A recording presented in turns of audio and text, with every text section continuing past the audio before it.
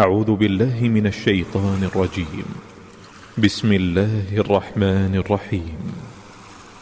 ثم أنتم هؤلاء تقتلون أنفسكم وتخرجون فريقا منكم من ديارهم تظاهرون عليهم بالإثم والعدوان وإن يأتوكم أسارى تفادوهم وهو محرم عليكم إخراجهم أفتؤمنون ببعض الكتاب وتكفرون ببعض فما جزاء من يفعل ذلك منكم إلا خزي في الحياة الدنيا ويوم القيامة يردون إلى أشد العذاب وما الله بغافل عما تعملون.